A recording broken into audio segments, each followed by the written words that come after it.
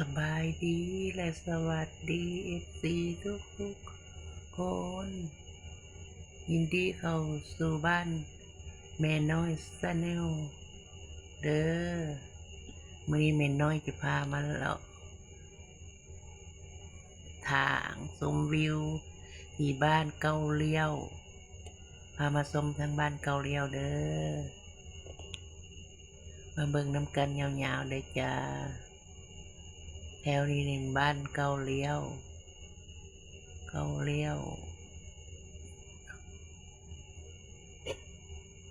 ต่อมาแล้วก็บรรยากาศยามเช้าเนาะรถบ่หลายปานใดก็เช้าแน่ก็บ่ได้เช้าปานใดก็โมง8 โมง9 โมงมาแถวนี้ก็ฮอดบ้านด่านคำในทางเข้าบ้านด่านคำแล้วมาชมยามบรรยากาศ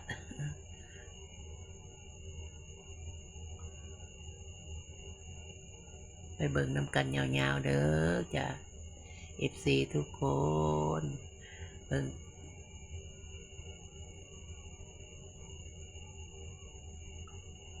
แถวนี้ก็ยังอยู่บ้านด่านคำอยู่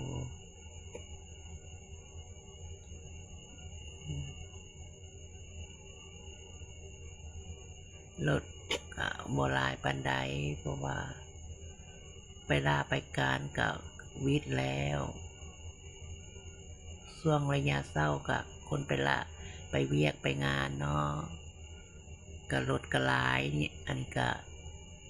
วิทย์9 โมงแล้วก็วิทย์แน่ที่พามาชมอยู่แถว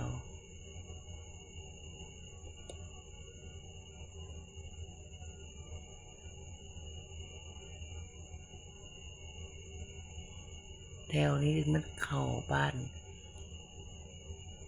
ยังบ้านด่านคำอยู่ก็ยาวอยู่ได้บ้านด่านคำนี่ก็นี่แม่นละทางโค้งทางเข้าวัดทางด่านคำวัด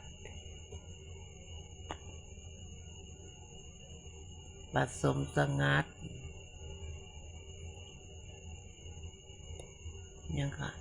ยังอยู่บ้านด่านคำอยู่กับบ้านใหญ่อยู่ในบ้านเกาเลี้ยวด่านคำต่อไปกับบ้านสีบุญเฮืองอยู่ลาวเฮาเด้ออยู่ประเทศสปปลาวสมบรรยากาศเนี่ยยาวๆนำกันเด้อ FC ทุกคนขอบคุณที่เข้าชมและติดตามช่องแม่น้อยชาแนลเด้อ